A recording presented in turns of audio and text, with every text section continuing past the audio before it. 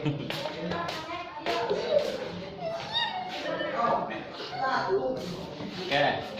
hari ini kita akan membahas tentang pedagang dan penguasa serta pujangga pada masa klasik. Pada masa klasik itu adalah masa pengaruh budaya Hindu dan Buddha, itu namanya pada masa klasik, gitu ya. Di sini dikatakan pada masa klasik itu yang pertama yang akan dibahas adalah pengaruh budaya India. Karena begini, Hindu, Buddha yang ada di Indonesia itu banyak kemiripan dengan yang ada di India. Karena memang Hindu dan Buddha yang ada di Indonesia itu asalnya dari India. Sebelum adanya agama Hindu dan Buddha, Indonesia itu agamanya adalah kepercayaan. Dulu ya, animisme, kemudian dinamisme, itu adalah kepercayaan sistem agama yang dianut oleh masyarakat Nusantara pada saat itu. Nah, di sini yang akan dibahas kita adalah para pedagang dan penguasa serta pujangga pada masa klasik atau pada masa Hindu Buddha, gitu ya. Nah, yang pertama pengaruh budaya India. Kedatangan bangsa India ini membawa berbagai pengaruh bagi kehidupan masyarakat Indonesia. Jadi ketika orang India datang ke negara kalian, ya termasuk negara saya juga sih, ya. Ketika orang India hijrah, bahasa sekarang kan yang tren hijrah ya, dari India hijrah ke Nusantara. Maka kalau merantau pulang lagi, kalau hijrah nggak pulang lagi. Ya, ingat, kalau merantau itu kamu nih dari Kota Serang merantau ke Jakarta, nanti kamu pulang. Kalau hijrah, kamu dari Kota Serang hijrah ke Jakarta, nggak balik-balik sampai modal. Gitu, sampai mati nggak balik-balik. Itu namanya hijrah. Dari yang kan pengertian hijrah itu pindah dari satu tempat ke tempat yang lain. Berarti nggak balik lagi kalau pindah. Kalau balik lagi, hijrah namanya. Artinya tes Jackson jadi bahasa ini. Kedatangan bangsa India membawa berbagai pengaruh bagi kehidupan masyarakat Indonesia, tentu ya. Menurut Fowler, ini adalah sejarawan. Ketika bangsa India datang ke Indonesia itu, ya, mereka semua membawa barang dagang, alias mereka datang ke Indonesia tujuannya yang pertama itu berdagang. Ya. Nah, di sini Indonesia dengan India ini menjalin satu interaksi yang namanya hubungan dagang. Ya, dalam hubungan dagang ini antara Indonesia dengan Malaysia dengan India ini berbagai macam barang dagangan, ya. Nah, biasanya yang mereka bawa ke Indonesia ini, orang-orang India datang ke Indonesia berjualan itu adalah apa aja? Barang komoditas. Barang komoditas itu adalah barang dagangan. Barang bahan dagangan mereka. Barang dagang utama lah. Barang dagang utama mereka dari India ke Indonesia itu apa? Di sini dikatakan apa? Perdagangan. Ya, pada saat itu antara lain logam mulia, perhiasan, dan berbagai barang pecah serta bahan baku kerajinan. Itu. Jadi India, pedagang India datang ke Indonesia itu membawa barang dagangan logam mulia seperti emas, ya, kemudian perak, iya namanya logam mulia itu, emas, perak, dan yang lain sebagainya. Itu disebut logam mulia. Ini mereka bawa dari India ke Indonesia. Mereka belum tahu bahwa Indonesia punya emasnya. Iya, ada Mas Tini, Mas Tuhan, Mas Jono, Mas Pur.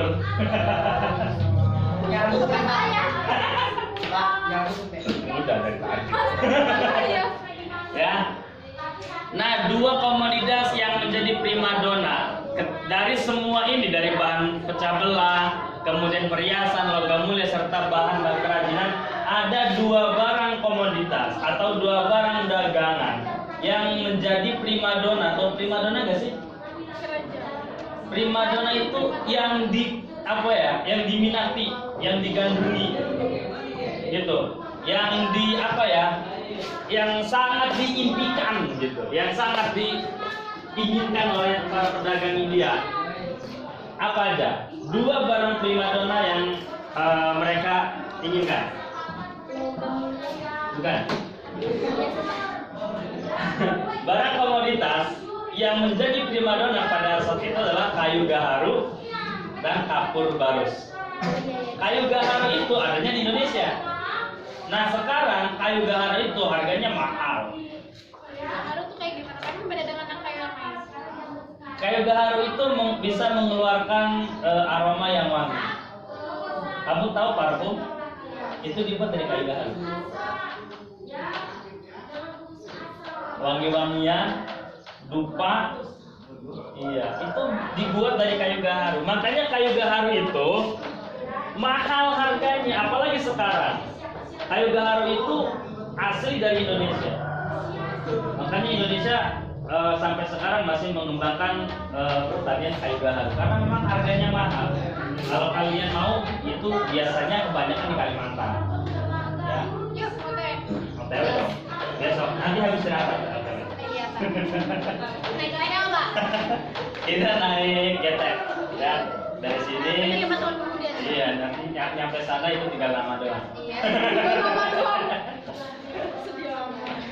Nah, jadi barang komoditas yang menjadi primadona pada saat itu adalah kayu gaharu dan kapur barus, ya. Kedua komoditas ini disebut merupakan bahan baku pewangi yang paling digemari oleh bangsa India dan Tiongkok. Jadi kayu gaharu dan kapur barus itu merupakan bahan baku dari pembuatan minyak wangi.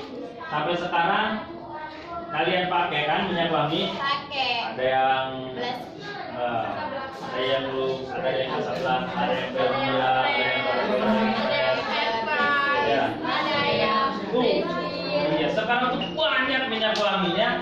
Tinggal ada yang harganya 5.000, yang 10.000, ya kan, yang 11.000, yang 20, ya tergantung lah. Ada yang paling murah tuh 5.000, sekali pakai udah hilang wanginya.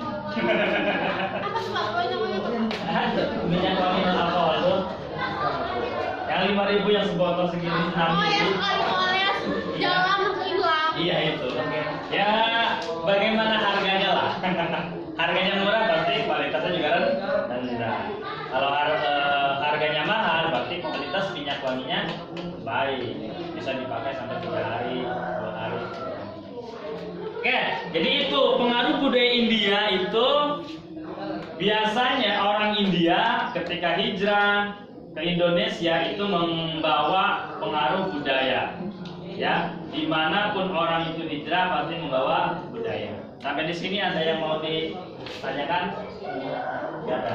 Yakin nih, gak nanya. Nanti kalau dikasih soal jangan nanya sama saya ya. Terus nanya sama siapa? Tanya sama Allah. Kan Allah Maha Tahu. Aduh. Lanjut. Ya, kemudian kita masuk ke teori. Ya. Bagaimana sih Hindu dan Buddha bisa masuk ke Indonesia? Ya. Jadi semua kepercayaan ataupun agama, baik itu Hindu, Buddha, Kristen, Islam, itu masuk ke suatu daerah pasti ada teorinya ataupun ada sesuatu yang bisa menjelaskan gitu. Kenapa sih Joy itu bisa masuk ke Darunaja? Kan gitu. Pasti ada teorinya. Ternyata teori yang pertama, Joy bisa masuk ke Darunaja itu yang pertama adalah ceweknya cantik-cantik. Itu teori yang pertama. Kemudian teori yang kedua itu adalah karena naksir. Tahu naksir? Naik diusir. Masih berapa 10 naik diusir? Mustahil amat gitu. Jadi setiap orang ataupun setiap budaya, kepercayaan bisa masuk, bisa ada di satu tempat, itu pasti ada yang bawa. Gitu. Paham ya? Nah, itu pun terjadi terhadap agama Hindu, agama Buddha, kebudayaan Hindu, kebudayaan Buddha yang ada di Indonesia ini ada yang membawa. Nah, teorinya yang pertama itu adalah teori Brahma dan Brahmana. Kalau Brahmana itu sebutan untuk orang yang melakukannya, itu namanya Brahmana. Kalau Brahma itu gelar, ya. Jadi teori Brahma yang pertama ini yang membahas tentang teori masuknya kebudayaan Hindu-Buddha di Indonesia itu yang pertama teori Brahma. Teori Brahma ini dijelaskan ataupun diungkapkan oleh namanya siapa ini? Jack Spandler. Pokoknya inilah J.C. Spandler. Gak tahu J-nya apa nih, jus kali ya? Jus coklat atau siapa? Gak tahu. Jadi bohong. Jadi namanya ini Spandler. Ini teori ataupun ilmuwan sejarawan yang mengungkapkan masuknya kebudayaan Hindu-Buddha itu dari Brahma. Makanya dia mengungkapkan teori Brahma. Kenapa? Beliau berpendapat bahwa agama Hindu masuk ke Indonesia itu dibawa oleh kaum Brahma. Tahu kaum Brahma? Kaum Brahma itu adalah orang-orang yang mempelajari agama di agama Hindu. Kalau di sini menurut agama Islam, Brahma itu seorang kiai, ulama. Jadi ulama yang mengajarkan agama itu dalam agama Hindu itu namanya Brahma atau Brahmana disebutnya. Jadi orang-orang yang menguasai ilmu agama disebut Brahmana. Gitu. Kalau di dalam Islam disebut kiai ataupun ulama. Gitu ya. Jadi Hindu Buddha yang masuk ke Indonesia itu dibawa oleh para kaum Brahma. Kenapa? Karena hanya kaum Brahma yang berhak mempelajari dan mengerti isi daripada kitab suci Weda. Agama Hindu Buddha itu namanya kitab Weda, ada kitab Tripitaka juga. Kalau tidak salah agama Hindu itu namanya kitab suci Weda. Kalau agama Buddha itu kitab sucinya Tripitaka. Kalau agama Islam kitab sucinya Al-Quran. Kalau Kristen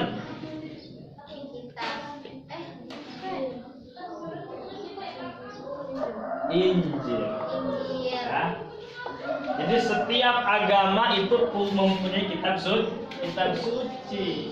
Gitu. Kenapa disebut kitab suci? Karena kitabnya itu tidak pernah memadai. Iya. Karena kitab dianggap suci itu kitabnya isinya tentang tidak pernah kontroversial dengan kehidupan manusia. Kontroversial, tidak berbenturan, tidak tidak berbenturan dengan kehidupan manusia. Itu nanti bisa disebut dengan kitab suci. Nah, ini adalah teori Brahma. Yang mengungkapkan teori Brahma ini adalah J.C. Spandler. Nanya Spandler, ya. Nah, ini ya. Jadi di sini dikatakan pendapat tersebut juga berdasarkan pada pengamatannya terhadap sisa-sisa peninggalan kerajaan-kerajaan yang bercorak Hindu-Buddha di Indonesia, terutama pada prasasti yang menggunakan bahasa Sanskrit atau Palapa. Nah, ya, jadi Spandler ini mengatakan bahwa kebudayaan Hindu-Buddha yang masuk ke Indonesia itu dibawa oleh kaum Brahma, sehingga dia mengungkapkan teori Brahma. Paham? Paham ya? Insyaallah, insyaallah. Saya percaya dengan kalian. Kalian itu sebenarnya pintar semua. Cuma belum diasah doang. Kemudian teori yang kedua adalah teori kesatria. Karena di dalam agama Hindu Buddha itu ada kasta Sudra, Waisa, Satria, Brahma, kemudian ada lagi apa lagi? Hah? Bukan harus balik kastanya. Kalau ini teorinya, ya. Nah, yang kedua adalah teori kesatria. Masuknya kebudayaan Hindu-Buddha yang menurut teori yang kedua adalah teori kesatria. Teori kesatria ini diungkapkan oleh Bos, namanya Bos, ya. Iya, jadi nama singkatannya FDK bos. Ini FDK ini kepanjangannya apa ini? Ada yang tahu nggak? Ya, nanti kita cari bareng-bareng setelah lulus ujian. Ya, nanti kita cari bareng-bareng ini nama kepanjangannya apa? Ya, nggak tahu friend, ya nggak tahu apa ini. Jadi bos ini mengungkapkan menurut teori kesatria pada zaman dahulu India itu selalu terjadi perang antar kekuasaan, antar kerajaan, sehingga para prajurit itu banyak yang kalah. Nah, ketika prajurit yang kalah ini lari ke berbagai negara sampai mereka datang ke Nusantara, gitu ya. Nah, sehingga para kesatria ini ketika datang ke Nusantara itu mereka mengajarkan tentang agama. Iya, paham? Apa itu? Ayo dong. Kata Pak The Boss, dia mengatakan kebudayaan Hindu dan Buddha yang ada di Indonesia itu dibawa oleh kesatria. Kenapa bisa dikatakan seperti itu?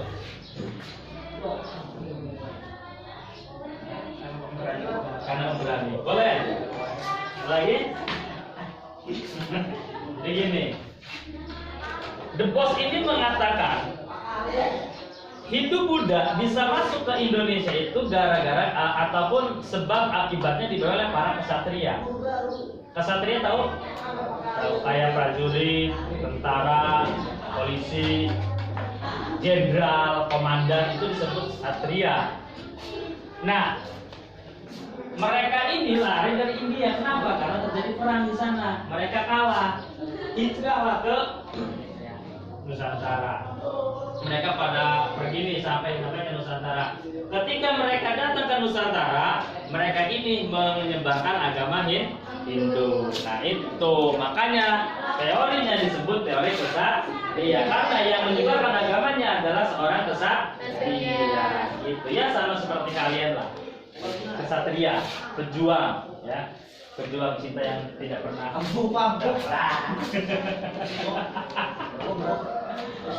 Oke, sampai di sini ada yang bertanyakan? Pak. Ya. Yang mana?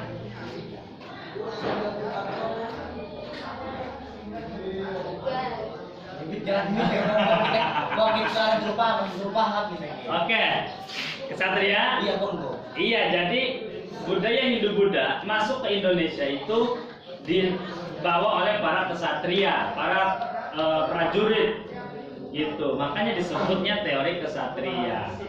Gitu. Kenapa? Karena pada zaman dulu India itu terjadi perang besar, sehingga para prajurit yang kalah pada pindah sampai ke Nusantara. Nah, dari Nusantara ini mereka ketika datang ke Nusantara, mendiami Nusantara, lama kelamaan mereka menyebarkan agama Hindu, agama Buddha. Makanya disebutnya teori kesatria, karena yang menyebarkan agama Hindu, agama Buddha adalah seorang kesatria. Kesatria itu adalah prajurit. Ya, kalau sekarang mata TNI Polri, bukan termasuk kalian. Kalau kalian bukan kesatria, karena kalian seorang pelajar. Gitu. Paham? Oke, lanjut ya. Lanjut ke teori Waisa. Nah, di sini yang unik. Teori Waisa, kenapa sih disebut Waisa? Kan kalau Brahma itu adalah orang yang mengetahui dan mengerti tentang agama.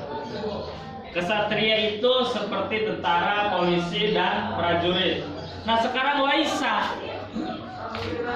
Siapa Waisa? Pedagang. Waisa itu adalah pedagang. Gitu. Nah makanya di sini dikatakan hubungan yang terjalin pertama kali dengan Cina dan India adalah hubungan dagang. Maka daripada itu, ya, teori ini dikatakan teori Waisa. Karena memang banyak para sejarah yang menuliskan bahwa sebuah agama itu bisa menyebar ke suatu negara hasilnya dengan dagang. Kenapa? Karena memang mereka itu melakukan interaksi dengan masyarakat lokal, gitu. Sehingga mereka setelah terjalin komunikasi, menjalin interaksi dengan masyarakat lokal, mereka di situ ada misi menyebarkan agama. Nah, di sini pun dikatakan hubungan yang terjalin pertama kali dengan Cina dan India adalah hubungan dagang. Dengan adanya hubungan tersebut, muncul interaksi dengan masyarakat lokal. Kemudian pedagang itu mengajarkan agama Hindu pada masyarakat setempat. Teori ini dikemukakan oleh N.G. Krom. Oke ya. Saya melihat. Nah itu. Ini banyak menggunakan singkatan. Nama panjangnya saya nggak tahu. Ya, nanti kita cari bersama-sama. Oke? Hah? Nanti setelah pesan-pesan yang berikut ini. Sudah selesai ini ujian nanti, Pak. Nah, nanti kita cari ini. Enggak, kelamaan kalau nunggu lulus kan masih 3 tahun kalau nunggu lulus. Ya. Oke, selanjutnya ada teori Sudra. Ini yang lebih unik. Sudra itu adalah kaum siapa? Sunda Madura. Sudra adalah Sunda Madura. Sudra itu adalah kaum bawahan, masyarakat jelata. Itu disebut Sudra. Iya. Kenapa? Masalah? Tadi Zabra salah. Oh, sampai iya tadi. Bukan Sunda dan Madura, bukan. Teori Sudra ini adalah teori apa? Kita ambil dari Sudra. Sudra itu adalah rakyat biasa. Jadi dalam teori ini dikatakan bahwa kebudayaan Hindu yang masuk ke Nusantara itu dibawa oleh kaum Sudra. Ini menurut Van Faber. Kenapa? Karena kaum Sudra itu melakukan interaksi dengan masyarakat lebih luas. Jadi masyarakat biasa dengan masyarakat biasa itu kan interaksinya lebih intens, ya. Berbeda dengan interaksi antara masyarakat biasa dengan kesatria, dengan Brahma, dengan Waisya, itu beda. Nah, sesama Sudra ini, sesama kaum biasa, mereka lebih biasanya lebih harmonis gitu, sehingga para orang-orang India yang Sudra ini ketika datang ke Nusantara, mereka ngobrol, interaksi, dan sambil menyampaikan keyakinan agama mereka. Makanya disebut teori Sudra. Oke, sampai di sini paham? Ya, Pak. Ya, amin. Terakhir, teori arus balik. Nah, teori ini dikemukakan oleh ya sama seperti yang mengungkapkan teori kesatria. Ya, penyebaran budaya India di Indonesia dilakukan oleh kaum terdidik. Kaum terdidik itu kaum terpelajar seperti kalian ini, kaum terpelajar. Wis, keren ya? Walaupun belajarnya ya. Nah, jadi menurut teori arus balik ini, agama Hindu Buddha yang ada di Indonesia itu disebar oleh orang-orang terdidik, oleh kaum terdidik, oleh orang-orang Hindu yang terdidik, gitu, ya. Akibat interaksinya dengan para pedagang India di Indonesia terbentuklah masyarakat Hindu terdidik atau yang dikenal dengan Sangha.